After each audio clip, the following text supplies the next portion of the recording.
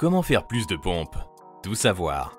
Le test des pompes est unanimement reconnu comme une excellente évaluation de la force et de l'endurance du haut du corps.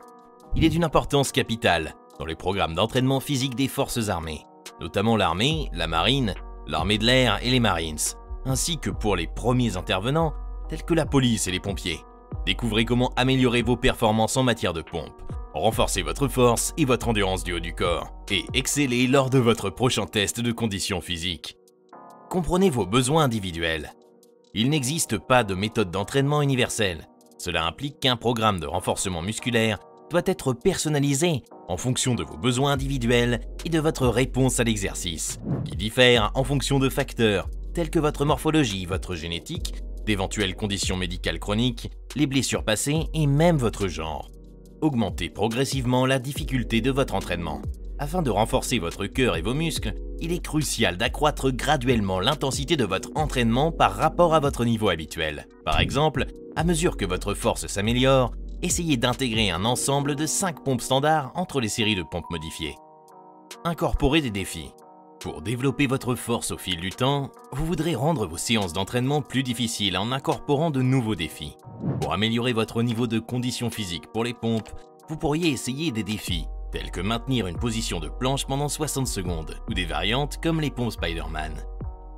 Écoutez votre corps. En développant votre force, votre corps s'adaptera progressivement à l'augmentation de la charge d'entraînement et aux nouveaux défis que vous lui offrez. Néanmoins, il est essentiel de rester attentif aux signaux que votre corps envoie, en particulier pour repérer toute sensation de douleur ou de gêne, afin d'éviter d'éventuelles blessures. En cas de sensation de pincement ou de douleur dans la partie supérieure du corps, les épaules ou les poignets, optez pour les pompes modifiées à genoux. Il est également recommandé de suspendre l'exercice et de prendre un moment de repos. La consistance est clé. Comme dit le proverbe, on s'en sert ou on le perd. Si vous ne respectez pas votre programme d'entraînement, vous risquez de vous déconditionner et de voir vos muscles s'atrophier. Si vous voulez améliorer vos pompes, vous devrez continuer à les intégrer à votre programme d'entraînement. N'oubliez pas de vous reposer. Après l'exercice, la période de récupération est aussi cruciale que l'effort physique déployé. Veillez à solliciter d'autres groupes musculaires de votre corps et à intégrer des activités légères comme la marche, les étirements ou le yoga. Généralement, la plupart des professionnels du fitness préconisent de s'accorder une pause d'1 à 2 journées par semaine en fonction de votre niveau de condition physique. Adoptez la bonne technique de pompe. Les pompes sont en exercice polyarticulaire, ce qui signifie qu'ils engagent plusieurs articulations et sollicitent différents groupes musculaires en simultané. La majeure partie de l'effort se ressent dans la partie supérieure du corps, principalement au niveau des deltoïdes des épaules, des muscles pectoraux du torse, des triceps et des biceps, ainsi que des muscles latéraux de la colonne vertébrale à l'arrière du corps. En outre, les muscles abdominaux sont sollicités pour maintenir une bonne posture et une technique appropriée. Si vous êtes en train de développer votre force pour les pompes traditionnelles, vous avez la possibilité de les modifier en adoptant une position à genoux, en utilisant une surface inclinée ou en vous tenant face à un mur. Ces variations sont bénéfiques si vous ne pouvez pas effectuer une descente complète. Avant de débuter les séries de répétitions, il est crucial de maîtriser la forme adéquate des pompes. En position de planche haute, assurez-vous que votre colonne vertébrale et votre cou sont alignés de manière neutre pour prévenir tout affaiblissement au centre. Lors de la descente et de la remontée, évitez de verrouiller vos coudes. Suivez ces 5 étapes pour vous assurer d'exécuter correctement des pompes. Débutez en adoptant une posture à 4 pattes, en position de table, avec vos mains positionnées légèrement au-delà de la largeur de vos épaules. Allongez vos jambes vers l'arrière et posez vos orteils au sol tout en soulevant vos genoux du sol. Assurez-vous que votre corps forme une ligne droite de la tête aux pieds, en évitant tout affaiblissement au milieu ou toute courbure du dos. Vous avez la possibilité de placer vos pieds légèrement plus écartés ou plus rapprochés en fonction de ce qui vous permet de maintenir une meilleure stabilité. Avant de commencer la descente, engagez vos muscles abdominaux en rentrant votre nombril vers votre colonne vertébrale. Cela aidera à contracter vos muscles abdominaux pour maintenir une posture solide. En inspirant, commencez à fléchir vos coudes tout en les gardant près de votre corps. Descendez jusqu'à ce que vos coudes forment un angle de 90 degrés. En expirant, engagez vos muscles pectoraux et poussez à travers vos mains pour remonter à la position de départ. Veillez à ne pas verrouiller vos coudes. Maintenez-les légèrement fléchis pour impliquer vos triceps et biceps. Instaurez une routine de pompe.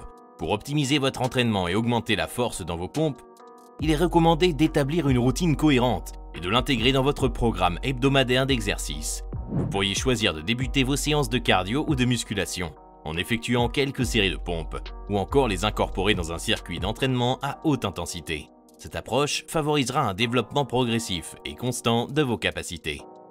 Déterminez vos répétitions de base. Pour déterminer le nombre idéal de répétitions par série, exécutez autant de pompes que vous le pouvez pendant 2 minutes, puis divisez ce total par 3. Ce résultat constituera votre référence de répétition. Habituellement, chaque séance d'entraînement comprendra 3 séries de ce chiffre de répétitions comme repère. Commencez par les bases. Organisez vos sessions d'entraînement de pompe en les espaçant d'1 jour sur 2, par exemple les lundis, mercredis et vendredis. Préparez-vous en vous échauffant par un jogging léger, du vélo stationnaire ou des sauts à la corde. Pour votre routine de base, réalisez 3 séries de pompes avec une pause de 30 secondes entre chaque série. Progressivement, chaque semaine, augmentez de 2 à 3 répétitions dans chaque série. Réévaluez vos performances toutes les 4 semaines et définissez un nouveau nombre de répétitions de base. Diversifiez vos exercices. Il existe de nombreuses méthodes pour diversifier votre séance d'entraînement de pompe. Considérez la modification de la position de vos mains pendant les répétitions. Expérimentez en débutant avec une prise plus rapprochée, puis élargissez graduellement l'écartement de vos mains à chaque série. Ajoutez de la résistance. Élever vos pieds pendant les pompes non seulement accroîtra la résistance, mais modifiera également l'amplitude de vos mouvements. Pour augmenter la résistance durant une pompe classique, vous avez la possibilité d'utiliser un gilet lesté ou de porter un sac à dos ajusté, auquel vous pourrez ajouter des sacs de sable ou des poches d'eau. Terminez par une planche. Allouer la dernière minute de votre séance d'entraînement de pompe pour renforcer la force et la stabilité de votre ceinture abdominale est essentiel. Étant donné leur rôle crucial dans l'exécution des pompes, l'exercice de la planche représente un choix idéal pour compléter efficacement votre routine d'entraînement du haut du corps.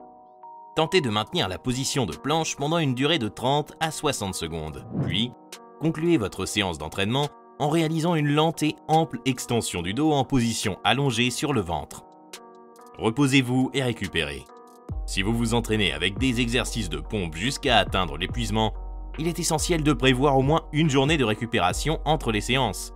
Effectuer des pompes tous les jours, particulièrement jusqu'à l'épuisement, peut engendrer des conséquences négatives en entraînant une réduction de la force et de l'endurance.